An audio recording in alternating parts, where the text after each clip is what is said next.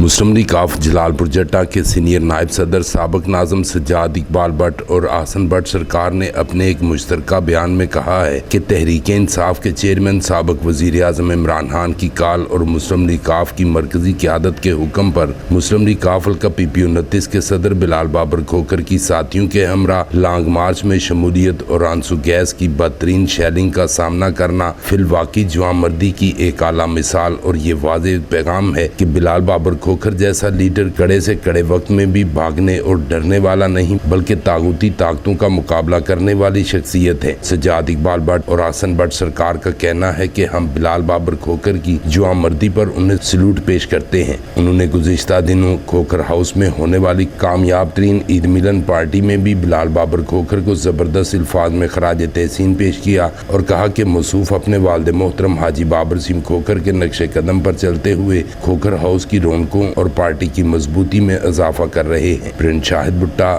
BB1 news, Jalalpur Jata.